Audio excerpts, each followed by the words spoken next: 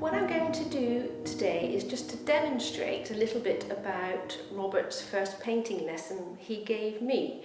I've set up a white still life just to describe my first painting lesson. It was a white still life. It was a sphere, a cube and a milk bottle. It could be any white object basically. And he gave me a tin of black emulsion paint, white emulsion paint, and I had to paint on a black board just like this. Piece of hardboard painted with black emulsion. I thought that was a little bit strange doing a white still life on black, but I'm just going to demonstrate to you why anybody using tone will want to work on a black background. So I've got a range of tones here. I hope you can see that okay. I'm going to mix a mid-grey. So this is just household emulsion paint anybody can get from any do-it-yourself shop. I'm going to mix a mid-grey and I'm going to put a little blob of each on my little grid here. Okay, so here it is on the black, on the dark grey, on the mid-grey, and then something really weird starts happening. Can you see? It's almost like it's changing its tone. So that shows that the same tone can look different on a different ground. If we worked on white without realising it, we'd mix a lot darker range of tones than if we worked on black. And because paint is really limited, my white paint can't be as light as a light bulb or the sun. So you have to imagine that we have to go down the tonal scale to do a tonal representation of what we're seeing. We're trying to get the illusion of something three-dimensional on a two-dimensional surface. The only way we can do that is through tone.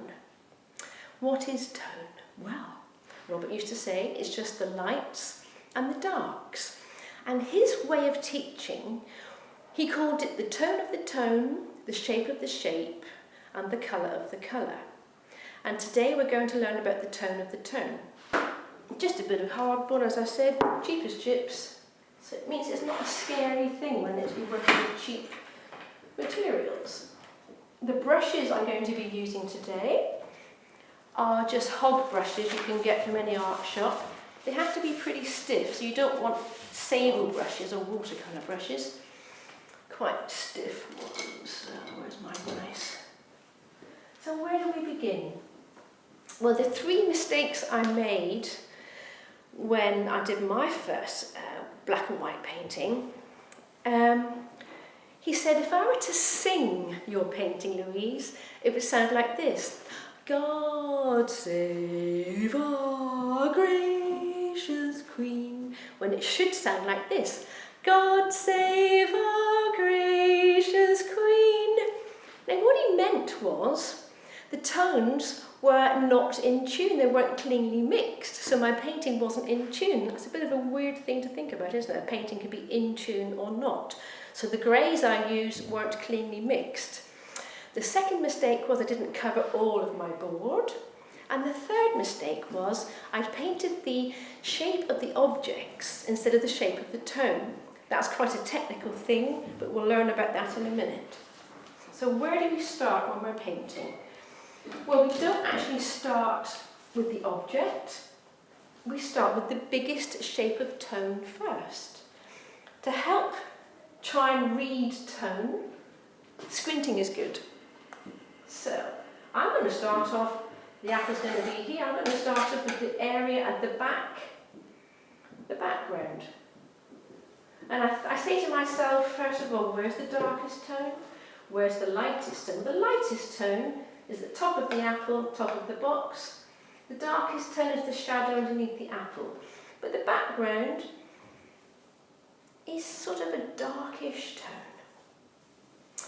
So this is my palette, bit of old hardboard, well used. Robert used to say when you're starting a painting, it's really important, never start with a brush narrower than your thumbnail. So I've got a nice big number 8 brush. So emulsion paint is really good for learning tone. It dries quickly, so you can make any changes. It takes a while to get the tone right, but you've got to be really clear. And here we go.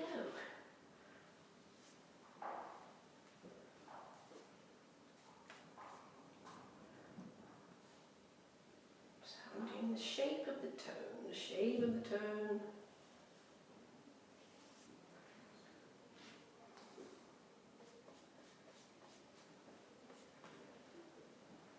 So I'm not thinking about the shape of the apple per se. And can you see I'm standing quite a long way back? I'm not particularly close.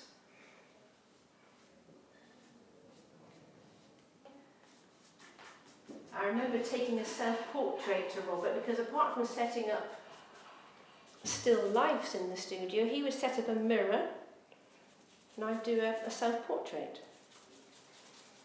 Because you're your best model at the end of the day, and everything in the visual world is tonal. So if you understand tone, you can do good landscape, still life, everything is tonal. In fact, there are no lines in nature, there are no outlines, but when I went to sit for Robert for the first time, he set up a mirror in front of me so I could see what he was painting. And it was on a black canvas, and he started off with no outline at all, which I thought was quite unusual at the time. Yes, so he was painting on a black canvas, which I thought was quite unusual, and no trace of an outline, which is also quite unusual. Can I see that tone anywhere else? Well, the tabletop just comes around here a little bit. So there's quite a lot of this tone here. I'm just going to continue mixing it. So this is the brains up. You have to be good at, you have to be quite disciplined. I have to rematch that same tone, okay?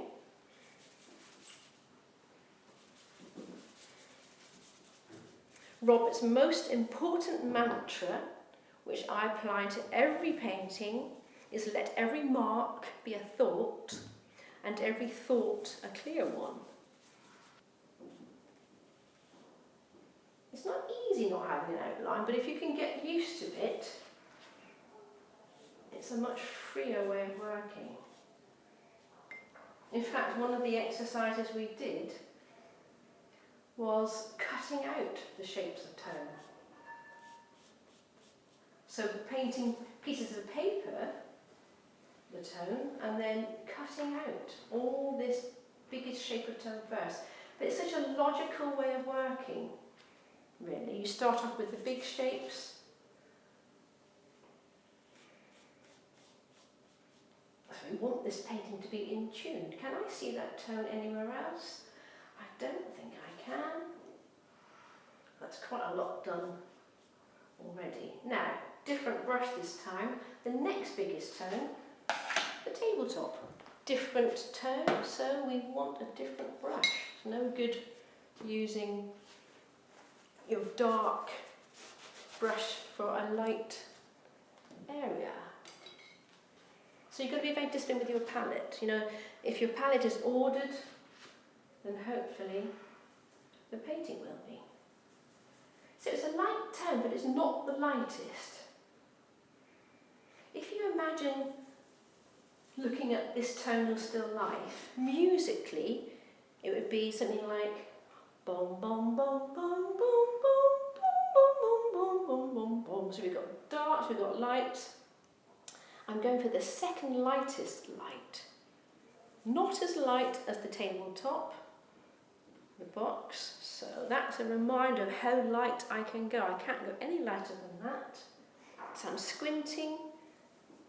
And what's interesting, what I've just done, the first biggest shape of tone, is the most important piece of the painting. Why is that? Because everything has to relate to it. Very, very, if you get that wrong, you had it really. Oh. So, everything's got to relate to that tone. So this is the tabletop here.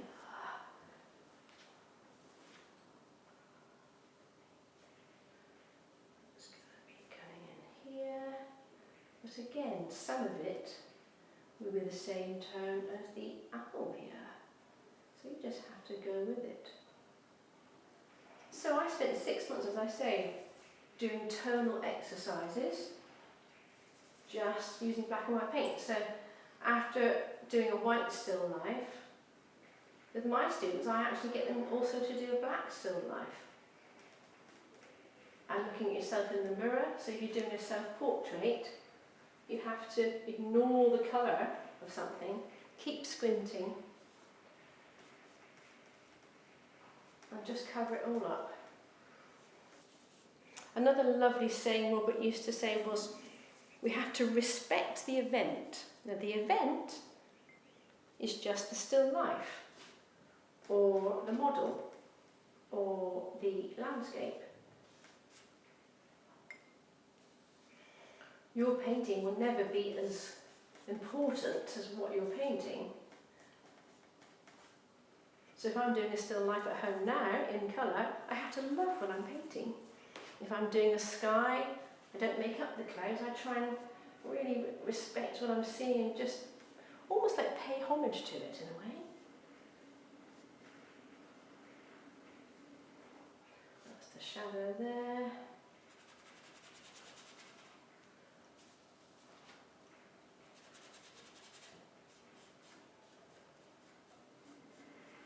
So it's all about relationships. It's about the jumps in tone from one tone to another. It's not about outline or object. I'm going to remix that one there.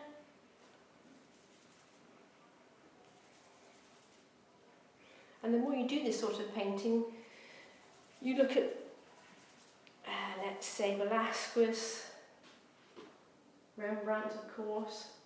It's all tonal stuff.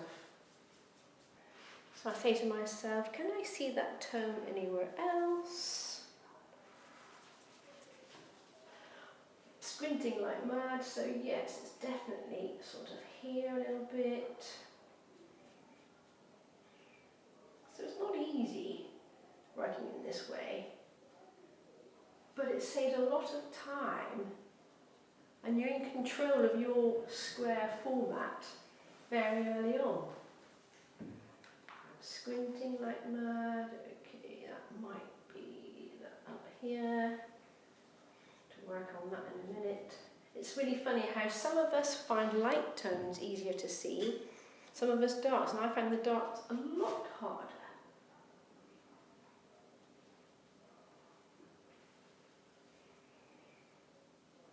Okay, and that might be time now, maybe a slightly smaller. I think I'll stick with this one for now.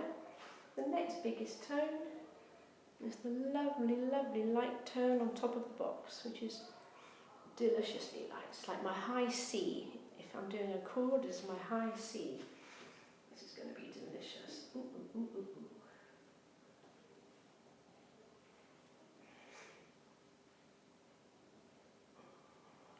Because we're working on black, you need a smaller brush, it takes a while to cover up the black with your light tones, so you need to do more than one coat.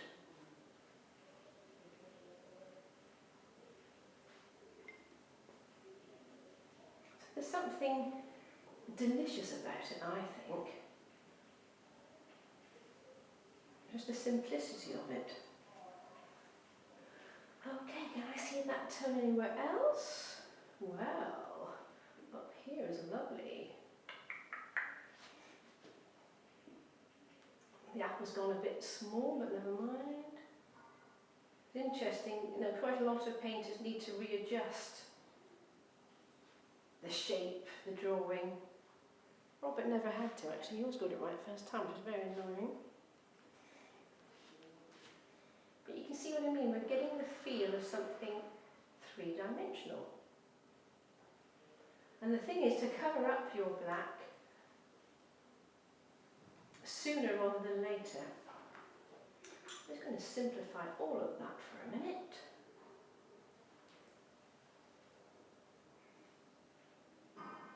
Just a twist of the brush and let that dry. And now doing something spherical is more difficult than doing a box because there are lots of sort of in-betweeny tones. A box is just, I've just got two tones there basically. So now I'm going to just cover up the black with some in-betweeny greys, I call them. They're not dark, they're not light, they're sort of in the middle. So when you're doing something spherical, you might think it's going to look more round if you do round strokes. Not the case. You can do up and down strokes like I'm doing, and it should get the appearance of something spherical.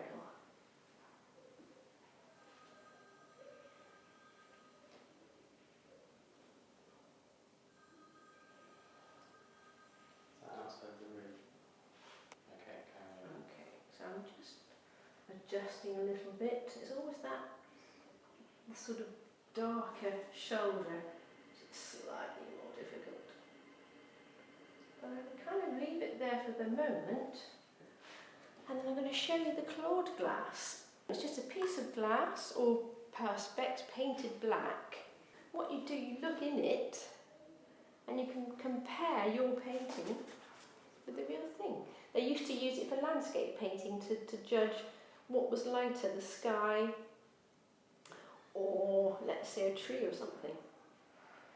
So what I'm noticing is that the bottom of the apple could be a bit lighter and the side of the box fractionally lighter. I did a self-portrait. I was quite pleased with it. I took it to Robert.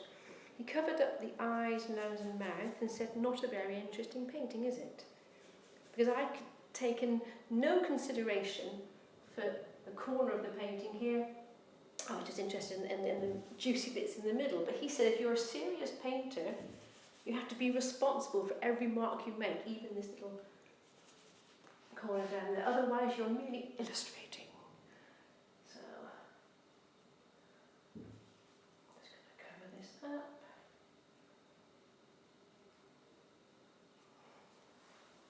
So even though the black helps you keep your tones on the dark side, which is easier, you don't want any of the black showing through. Okay.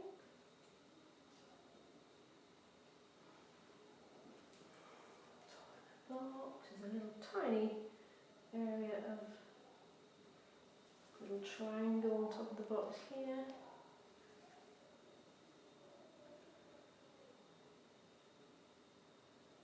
Okay, so your brush can be a little bit of a guide when it comes to placing things. And Robert knew to do that.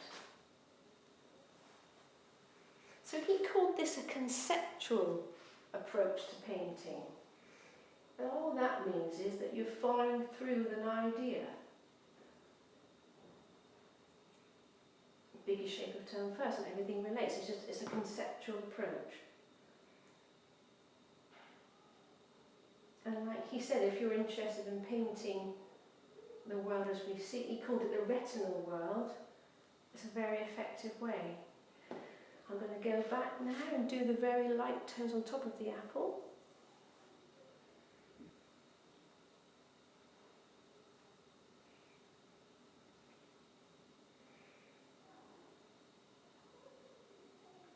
But I think it's just so interesting, it's how you'd never think of starting a painting this way. When I did a portrait demonstration in the Royal William Yard, my father came, as he's good at painting, he thought I would start with the eyes. You start, you think that they're the most important thing, but they're actually the last thing that I did. Also, for every painting Robert did, he used a hand mirror. So you just look at your painting, and what this does, it shows you imbalances in drawing, things like that. Okay.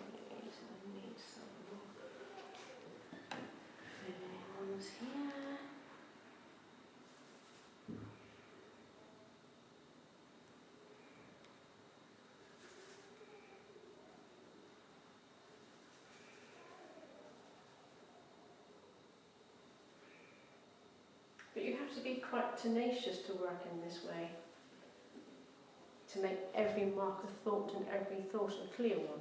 So you can point to any of my studies I've done, and I can tell you the clear thought behind them.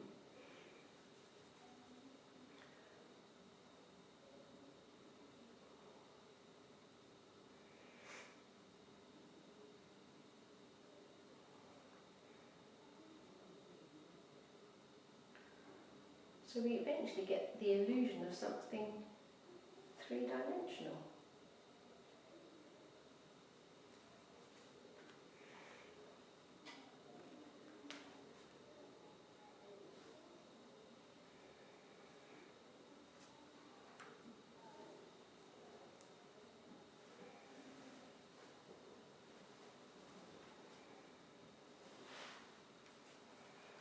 Standing's pretty good actually, because it means you can move around a little bit and you're not sort of stuck too close to what you're painting. You're still keeping an eye on the whole of it, because you have to be aware of the whole. So some of these lights are not so light. I'm just going to darken a little bit. These new brushes, you get sometimes a stray hair.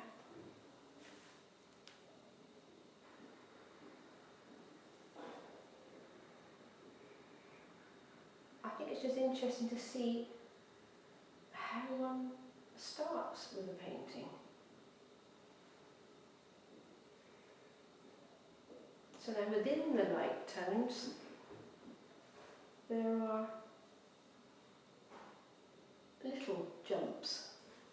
So you do the little jumps towards the end, you sort of finely tune it towards the end. I've got two brushes on the go now. One is just a slightly darker version. But it's like you're juggling with about 6 balls in the air, you have to keep them all up.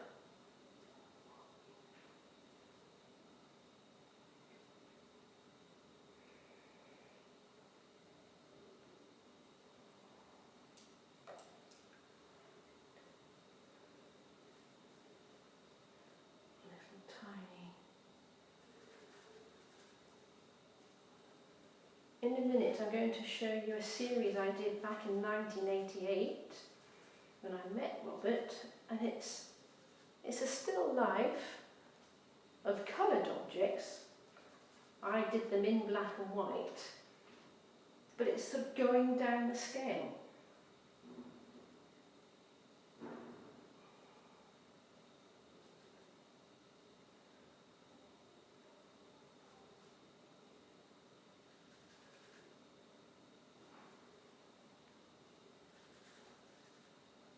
And as I say, you can do a painting of a black still life, and it'll be the same relationships,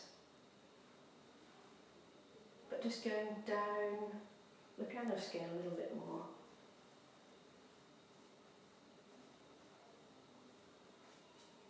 Just going to go back to my dark brush, just a mingle. In your own little world after a while. So I'm trying to blend these two tones. That's it, that's nice.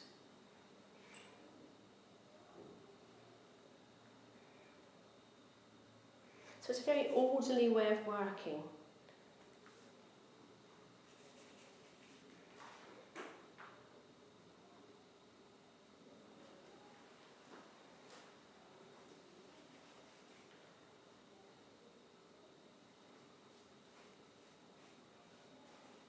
I had 10 minutes to paint this when I was learning with Robert. It doesn't take so long, but it's just demonstrating a point of where we start, bigger shape of tone, everything has to relate to that. So just a little more finely tuning in case Robert's watching from somewhere. Keeping my dark brush, I'm just going to lighten the side of the box. So as I said, if you can consider single cream really good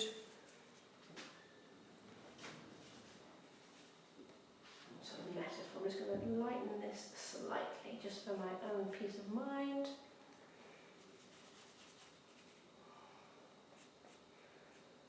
Just going to cover up the black so that it's nicely covered up.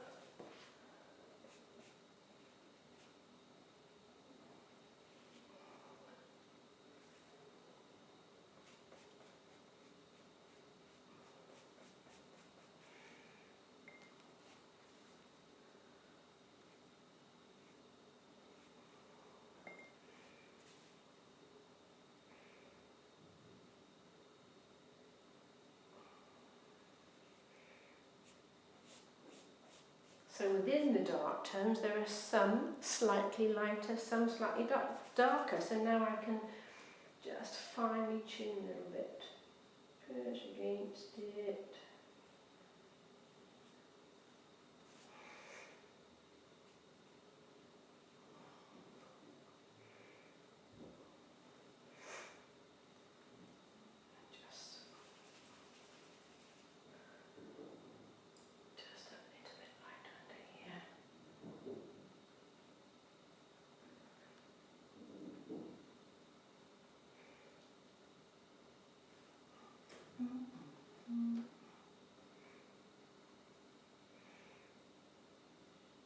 So this is quite simplified, but simplifying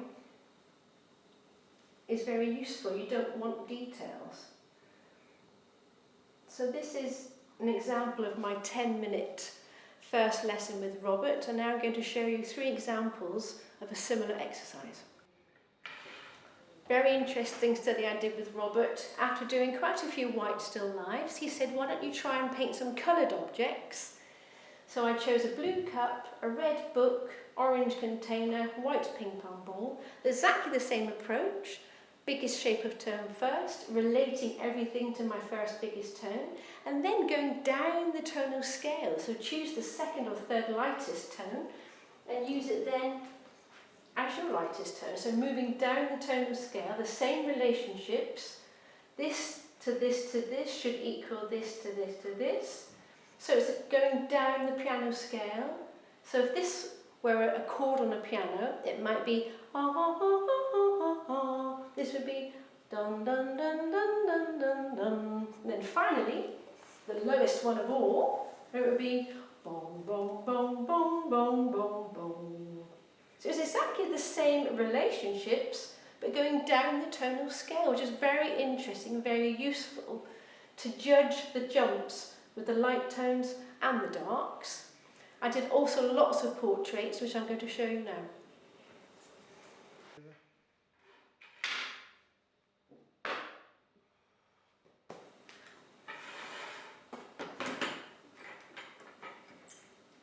This is from 1989, so I'd done a lot of still lifes, and he said have a go at doing a self-portrait. I'm actually squinting whilst looking at myself in the mirror, so never use photographs, anybody, just always use a mirror when you're doing a self-portrait. You're your best model, you're cheap, you're reliable, you can keep still. So you can see I'm relating everything to my first biggest tone. If you look at it upside down, it shows more clearly I'm doing the shape of this tone. I'm not thinking eyes, nose and mouth, I'm thinking what's the shape of this tone? The shape of this tone. Biggest one here, homing in again. So just keeping it simple. And like a magic trick, you end up with something that looks a little bit three-dimensional. The next one was a slightly different light source. So when you're doing a still life or a self-portrait, you've got to decide how am I going to light it. You're in charge of the light. Very different on this one. Might be reflecting off a little bit.